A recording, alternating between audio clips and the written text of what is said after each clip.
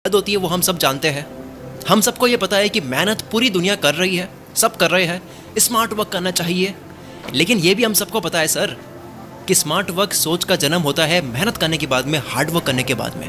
पहले hard work करना होता है, फिर शॉर्टकट्स पता चलते हैं, फिर स्मार्ट वर्क का कीड़ा काटता है, फिर स्मार्ट वर्क करने लगते हैं। आज की वीडियो का टॉपिक है असली मेहनत।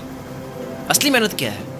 हार्ड वर्क सुना है, स्मार्ट वर्क सुना है, यहाँ तक कि मैंने हद पार पर भी वीडियो बनाई है, वो भी आपने सुनी है। तो असली मेहनत क्या है?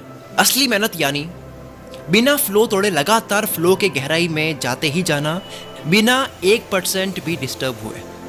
ज़्यादा नहीं, केवल